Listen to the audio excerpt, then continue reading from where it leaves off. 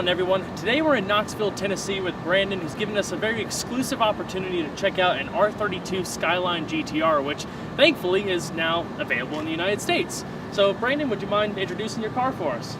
Yeah, hey guys. Again, my name is Brandon Martin. We're in Knoxville, Tennessee, and this is my 1990 R32 GTR. I want to give a huge shout out to RivSu Imports for making this thing possible for me.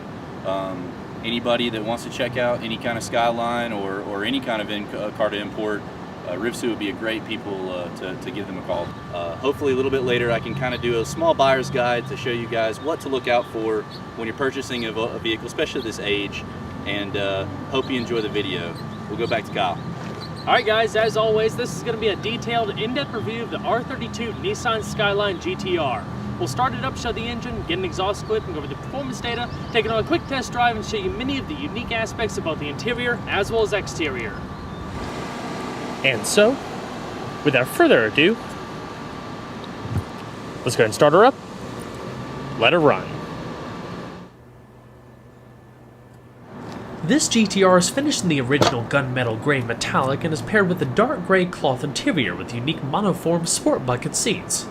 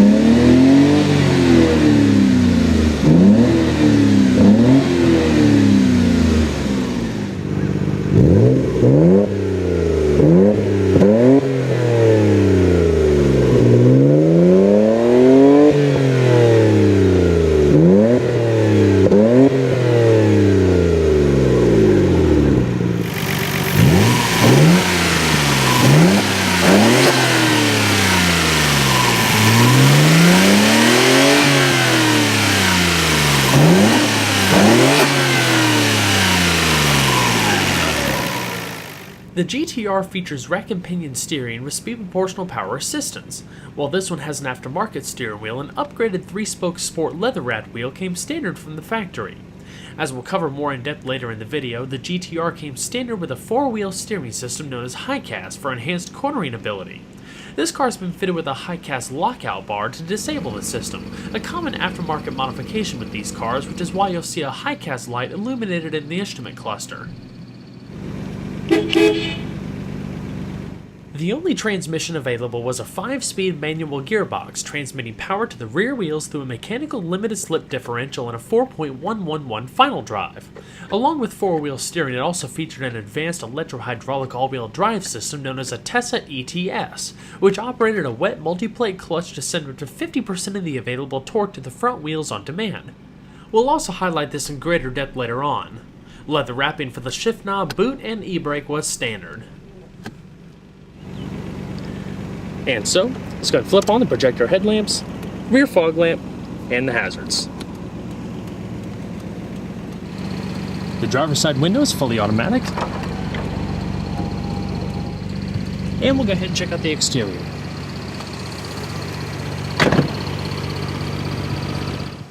When Nissan developed the first generation Skyline GTR in 1969, they instantly created a motorsports legend and an icon of international car culture that would span generations. While gaps in production did occur in the following decades, one thing always remained.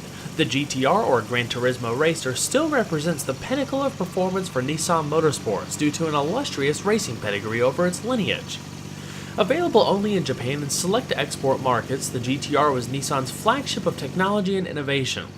After a 16-year hiatus since the second generation's discontinuation in 1973, Nissan decided to reintroduce and reinvent an all-new third-generation GTR, which would take the sports car market by storm.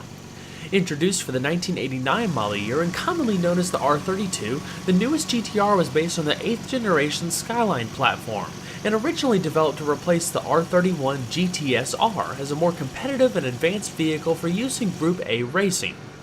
Homologation regulations required that a manufacturer produce at least 5,000 examples to the public, in addition to other limited editions to highlight changes in the coming years such as the GTR Nismo and N1 variants. With its highly advanced and sophisticated engineering tactics, not to mention impressive performance, it was pretty much unstoppable in the racing circuit. Available only as a 4-seat two-door coupe, it set the stage for one of the best performing GT cars of the 90s, earning it the famous nickname Godzilla. The signature styling was quite different from your typical Skyline. For starters, the front end blends wider fenders and a more aggressive fascia, grille, and unique side markers. The fascia features plenty of air channels to cool the engine compartment and benefit general aerodynamics. The lower clip carries dedicated brake cooling ducts to direct air straight to the discs for improved fade resistance at speed. I'm not entirely sure which trim levels came standard with projector headlamps, but they seem to have come standard on higher spec Skylines. The hood and front fenders are made from lightweight aluminum. Across the sides, more aggressive rockers visually lower the car before blending into wider rear fenders. Out back, you'll find the Skyline's signature quad tail lamps and distinct GTR badge. The rear fascia incorporates dual recovery hooks, while the deck lid sports a prominent spoiler. The GTR also received the largest displacing engine of the Skyline's new inline 6-cylinder lineup. Developed by Nissan Motorsports, the RB26DETT packed the biggest punch, combining twin parallel turbochargers and a highly robust design. Interestingly enough, the R32 GTR was originally supposed to use a smaller 2,350cc or 2.4-liter engine, essentially a board and stroke version of the 2-liter RB20. It too would have featured twin turbos with power heading to the rear wheels. Having this setup allowed the GTR to slot in the 4,000cc racing class. Keep in mind, regulations required automakers to multiply their engine's displacement by 1.7 to account for turbocharging. An equivalence factor, if you will, which meant a displacement of 3,995cc for racing purposes. In that particular class, the vehicles were required to run 10-inch wide tires. Knowing this, Nismo decided to develop an advanced all-wheel drive and 4-wheel steering system to maximize handling. Unfortunately, it added about 220 pounds to the car, which put the GTR at a weight disadvantage in the 4,000cc class. This led to the use of a larger displacing 2.6-liter that would continue through the R34 till discontinuation in 2002. Of course, the racing variant had quite a bit more power than production versions. With the RB26, the R32 GTR was able to compete in the 4,500cc class, now with a more competitive weight and even wider 11-inch tires. One of its well-known claims to fame was winning all 29 races at the 1990 Japanese Touring Car Championship, among many other victories in the following years. Total GTR production reached a little under 44,000 units between 1989 and 1994, including the Nismo, N1, V-Spec, and V-Spec 2. Its potent performance, top-shelf engineering, and relatively low price point led to constant comparisons with higher-priced exotics and the best Grand Tourers from Europe. As we covered in previous videos, the 4th-gen R33 was later produced between 1995 and 1998, while the 5th-gen R34 was produced between 1999 and 2002. It was never offered for sale in North America, but the R32 Skyline might as well be the most iconic JDM sports car of the 90s, and the purest of those three. Now, thanks to the 25-year rule, the R32 is now fully legal to import into the United States.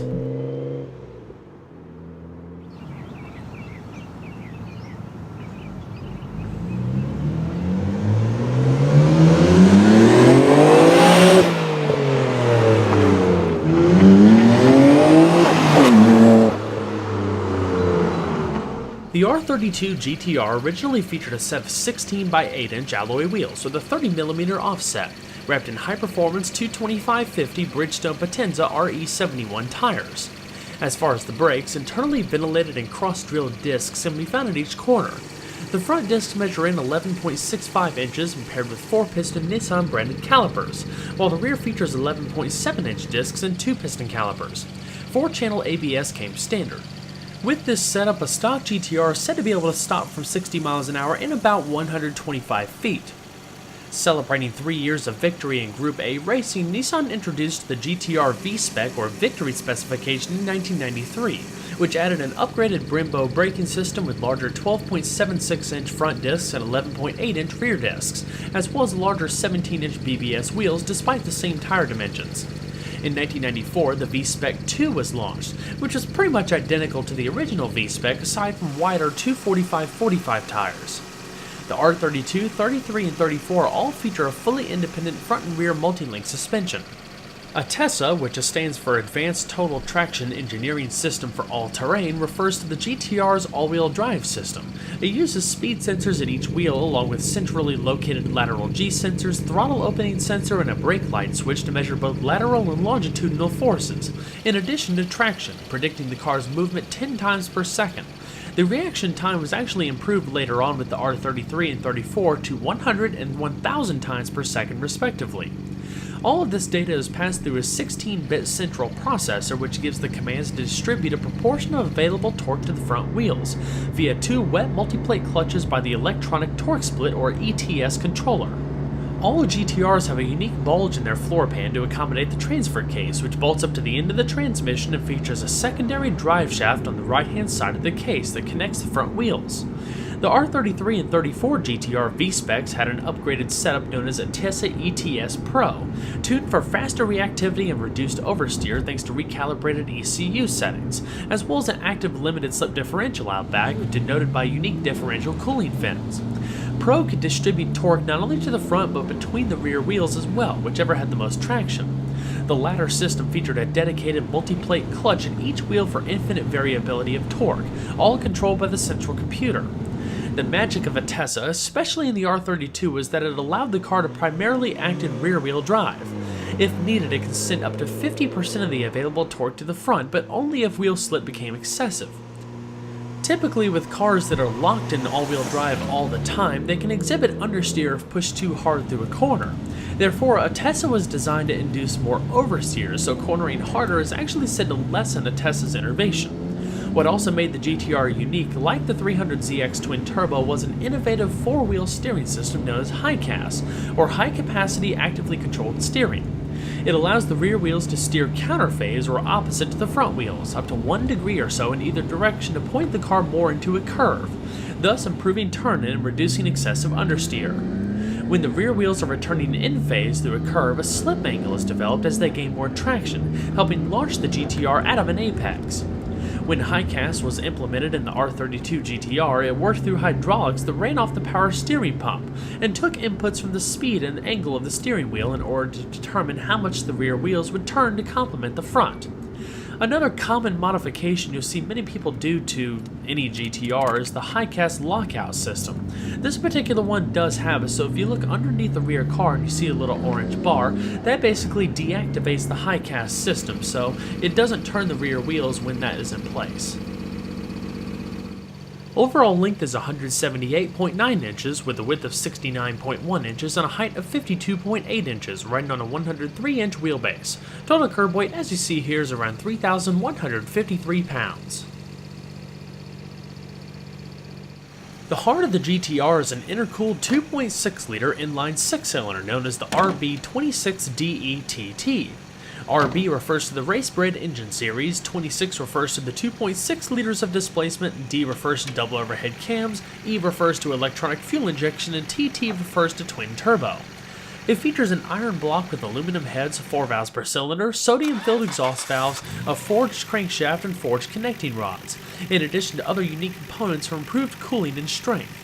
For example, the valves are driven directly by bucket-type followers rather than traditional hydraulic lifters, enhancing durability for high RPM operation.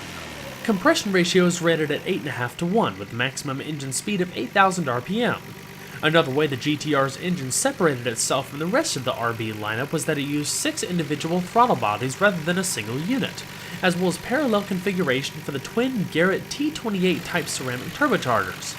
The first turbo is paired with the front 3 cylinders, while the second is paired with the rear 3 cylinders, with separate cast iron exhaust manifolds and blow-off valves per set, all in an effort to reduce turbo lag. A large single front-mounted air-to-air intercooler reduces the charge air temperature for improved thermal management and performance. Maximum boost pressure is electronically limited to 10 psi or 0.7 bar. The R32 developed a factory-claimed 276 horsepower or 280 PS at 6,800 RPM and 260 pound-feet of torque at 4,400 RPM. Throughout production, it was commonly known that the RB26 actually produced between 300 to 325 horsepower, but it was rated at 280 due to an agreement between various JDM manufacturers to limit the horsepower that would be advertised to the public. Stock performance data includes 0 to 62 miles an hour in about 5.3 seconds, but times range depending on the source, and a limited top speed of 155 miles an hour. The engines largely remain the same aside from minor updates here and there and updates to the ECU, up until the R34, which received updated ball bearing turbochargers versus the previous journal bearing units in the R32 and 33. Quarter mile times I imagine would be pretty similar to the R33, which ran 13.6 seconds at 102 miles an hour. Perhaps maybe a little bit slower, but it also is a lighter weight car. With a 17-gallon tank, the GTR requires premium unleaded gas and has an average fuel economy of around 19 miles to a gallon.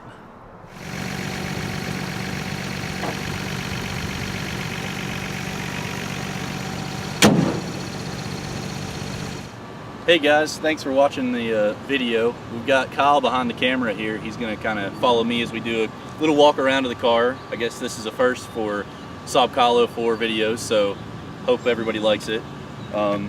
So first thing to notice, obviously, this is the factory color. Most of these came in this color. Probably a large majority you see that's in the United States are going to have this color. It did come with factory wheels, and they have been switched out here by myself to R33 GTR wheels. They have a wonderful offset and really make the fender more flush with the wheel. Gives it a real racy look. It is a factory GTR, so we have none of the N1 or Class A stuff, no racing stuff. I kind of wanted to stay true to its blood and just kind of really relive the classic aspect of it. When you're importing these, while we're at this side of the car, a really great special thing to look for is a terrible spot of rust that can actually eat up this whole quarter panel. So if you guys are planning on importing a vehicle, try to get a really good shot of this. Future plans for this vehicle include getting all of this replaced, but it is definitely a problem spot that you will need to deal with when importing these cars. This is especially a little bit more low mileage car, but obviously it's going to have it. As you come around to the rear, the historic, beautiful Skyline rear end. Another thing you'll probably notice on the bumper is a little bit of clear coat chipping. Again, that's something that's always going to happen with these kind of cars, and especially 25 years old. But for what it is, they hold up absolutely amazing. This car did come factory with a, I think, Nismo exhaust of some sort, but this one actually came with an Apexi GT spec. It is 4-inch all the way back. A great exhaust, sounds very good. Hopefully you guys will like it in the video a little later or earlier, depending on where this ends up. So as we come around to the driver's side, gas tank's on the driver's side, lid's just a lever, really reminiscent of a 240SX. One beautiful thing about these cars, the interior. Right-hand drive always throws everybody a little off. The car absolutely is a blast to drive, and getting used to right-hand drive is actually not as bad as you would think, so don't be scared of it if you're going to buy one and try it out for the first time. It's actually a really cool experience, and once you get used to it, you'll probably even prefer it. So coming around to the front end here, these are the factory lights, and the front bumper is factory. A lot of them will have two holes that you'll see with the kind of air ducts directly to the intercooler. Now those are actually from the Nismo edition, but a lot of people like to put them on their car just kind of because it looks cool. As far as performance wise, it really doesn't help. I did replace the front grille from the factory one, which is a 2-fin style, to this R33 style grille. I think it really captures the spirit of the GTR with having the symbol up front. They are front mount intercooler, and pretty much I think Kyle's going to take you through a lot of the features and take you through the rest of the car, so I'll let him have it that. I hope you guys enjoy, and thank you very much for watching my car.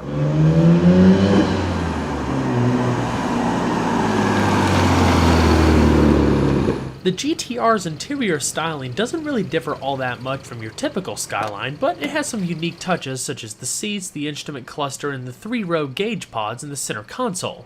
Build quality is also pretty good, typical of what you would find in a 90s model Nissan. It is a little bit better on the newer R33 and 34, but you do still have soft touch padding in all the essential touch points across the door panels and even the dash. Another pretty cool electronic feature on the interior, especially for this all-of-a car, in addition to power mirrors, you have standard power folding mirrors for easier parking in tighter spaces. The middle of the doors have cloth padding, and you also have your power window switch on the doors. The seats are fully manual, and they're pretty comfortable overall. They have good lateral support up top and down below, especially in the upper backrest. The headrest is fixed, but it doesn't really have a whole lot of additional lumbar. The two-tone dark gray and light gray seating also adds some pretty cool contrast to an otherwise monotone interior. Of course, this one, just due to its age, is experiencing a little bit of discoloration across the seats. Unique GTR floor mats, pedals that actually have the R logo amongst what looks like a tire tread pattern on the clutch and brake pedal, and you also have a dead pedal off to the far left. All of your essential controls are located in little pods to either side of the instrument cluster for convenience. It's all finished off with a light gray headliner. So let's go ahead and see how she sounds.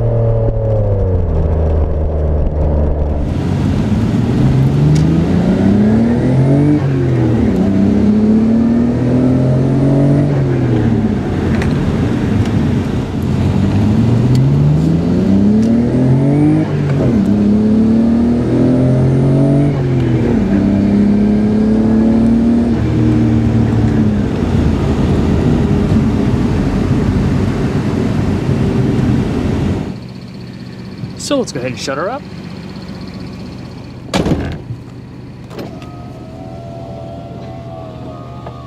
The best part about the overall interior environment is how you can really tell it's geared for just driving. It's clean, simple, and highly functional with excellent ergonomics and pretty good comfort overall. Like I said, the seats are definitely more for performance, not necessarily long-term comfort, but with the amount of extra features that you get, relative to the particular class, it's pretty nice. There's padded visors up top, a manually dimming rearview mirror, and 2 reading lamps, in addition to overall interior illumination mounted up in the middle of the headliner. On the left-hand side of the instrument cluster, you have your hazard switch, intermittent front and rear wipers, in addition to basic radio controls. On the right-hand side, though, you have your rear defrost, fog lamps, and main lighting controls. In the middle of the dash, you have 3 gauge mods, a voltometer to the left, oil temperature in the middle, and boost pressure to the right. Beneath that is a fully electronic automatic climate control system. If you looked closely earlier, you might have seen the active speaker grills in the door panel, and it's actually an optional system for the GTR. In addition to its 4-speaker orientation, it added a Clarion amp mounted in the trunk. Of course, the head unit in this car has been swapped out to a modern one. Alrighty. Let's go ahead and shut her down. Let the turbo timer kind of run itself out.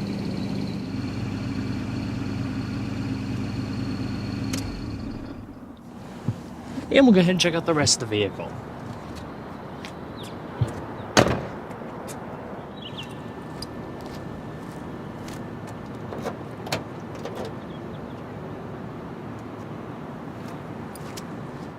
In terms of cargo space, I believe the Skyline R32 had around 15 cubic feet or so with the coupe counterpart.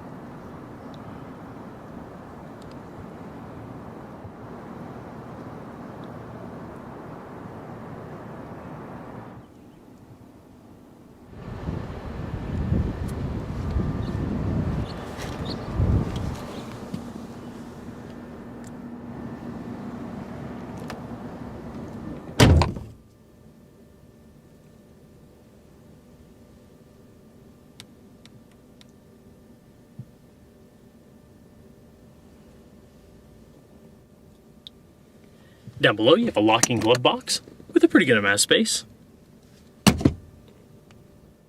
The GTR, while immensely famous in international racing, unfortunately wasn't exposed to a large worldwide market until now. Seeing one today is a very rare and exclusive treat, at least in the United States. The engineering and technology behind it is something to truly appreciate. Thanks to its immense performance and modification capabilities with superior handling and traction, it's no wonder why the GTR became such a widely known icon.